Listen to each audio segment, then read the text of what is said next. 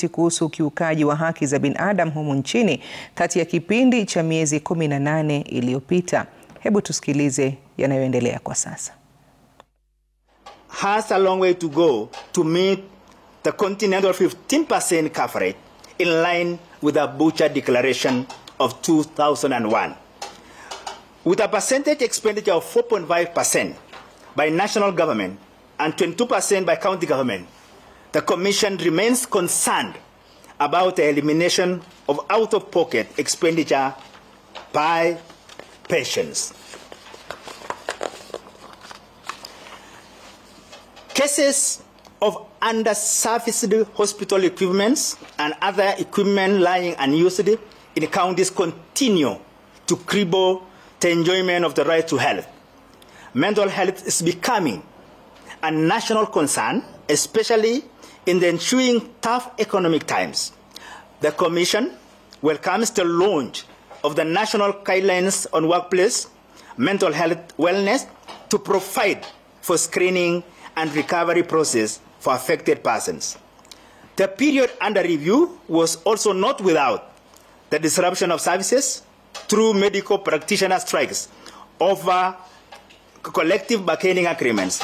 These strikes not only impact on the lives of patients, but also on their families, many of whom may not be able to afford private hospitals' medical care.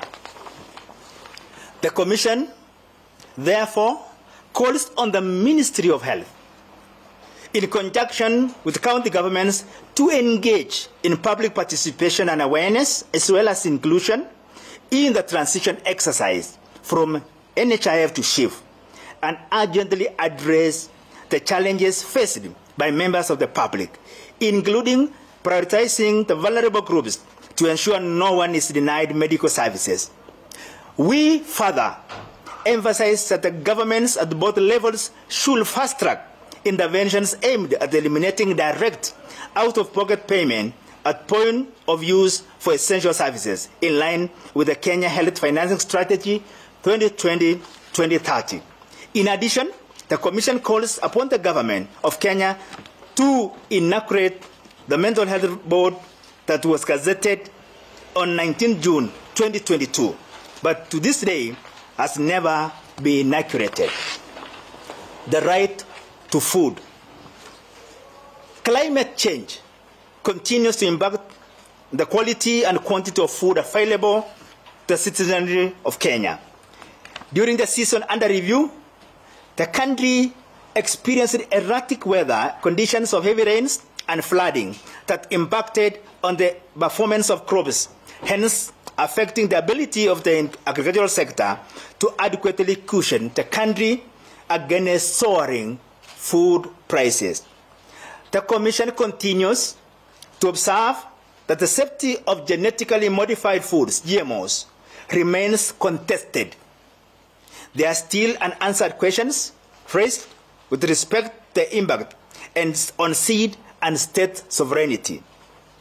The Commission therefore sustains its call to the Cabinet Secretary of Health to make public the 2024 GMO Task Force report, 2014 GMO Task Force report, in accordance with the principles of access to information and transparency. This will aid meaningful and effective public participation in the GMO discourse. It is unfortunate, ladies and gentlemen, to also have encountered human engineered shortage through the provision of fake fertilizers, which so many farmers lose produce that could have contributed to the stocking of the national reserve. While action may seem to have been taken on culprits, the government also needs to strengthen vigilance and put in place systems of checks and accountability to curb. Na ni ripoti hiyo kuhusu ukiukaji wa haki za binadamu. Wanahabari wetu wako huko, bila shaka baadaye watatuandalia taarifa kamili kuhusiana na yale ambayo yatakuwa yamejiri kikamilifu. Kwa sasa tunapumzika kidogo, lakini usiende mbali, kwani tunarejea hivi punde na mengi zaidi.